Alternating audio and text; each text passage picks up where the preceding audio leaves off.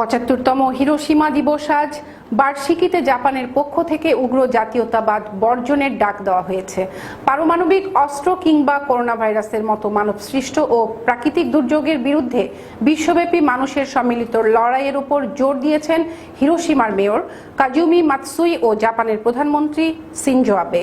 এ নিয়ে ডেস্ক রিপোর্টে বিস্তারিত। আগস্ট দ্বিতীয় বিশ্বযুদ্ধের সময় জাপানের হিরোশিমা শহরে পৃথিবীর ইতিহাসে প্রথম পারমাণবিক বোমা হামলা চালায় যুক্তরাষ্ট্র। ওই পারমাণবিক বোমার বিস্ফোরণে তাৎক্ষণিকভাবে প্রায় ১.৫ লাখ মানুষ নিহত হন। তখনও ঘুমের মধ্যেই ছিলেন বেশিরভাগ মানুষ।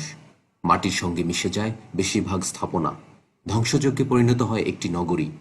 পার্শ্ব প্রতিক্রিয়ায় বছর শেষে আরও ৬০,০০০ মানুষের মৃত্যু হয়। নানা আয়োজনের মধ্যে দিয়ে দিনটি স্মরণ করছে জাপান। সেই হামলা থেকে বেঁচে যাওয়াদের পাশাপাশি হামলায় নিহতদের আত্মীয় স্বজন ও বিদেশি প্রতিনিধিরা এসব আয়োজনে অংশগ্রহণ করছেন। নিহতদের আত্মার শান্তি কামনা করার পাশাপাশি বিশ্ব শান্তির ডাক দিয়েছেন তারা।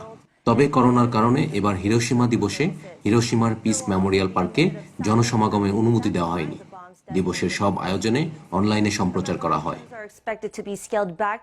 হিরোশিমার ঘটনার ৩ দিন পর ৯ আগস্ট নাগাসাকি শহরে ফ্যাটম্যান নামে আরেকটি পারমাণবিক বোমা নিক্ষেপ করা হয়।